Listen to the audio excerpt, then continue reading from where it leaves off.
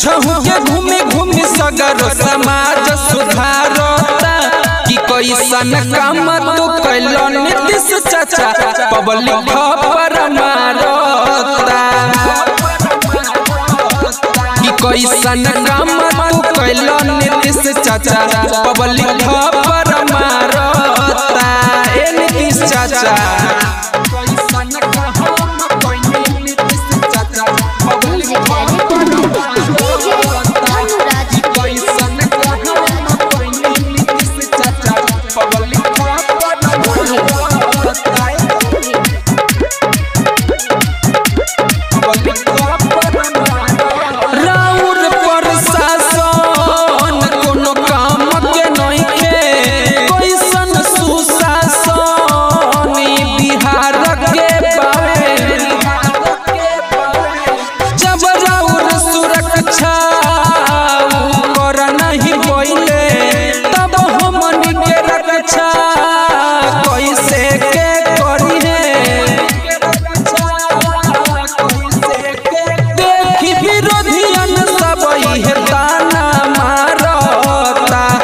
कैसन हम कोई नीतीश चाचा पब्लिक पर मारता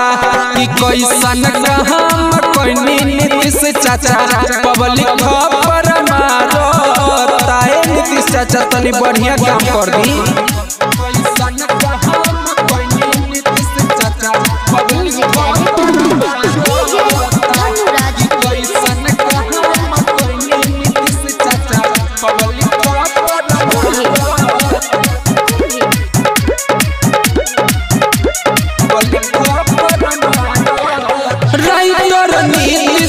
बड़ी टेंशन में बावे सौरभ सम्राट तोहसे बतिया बतावे राइटर नीतीश जी बड़ी टेंशन में बावे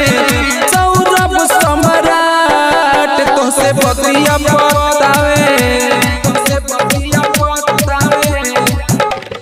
देखिए वीडियो अखिया से हंसुया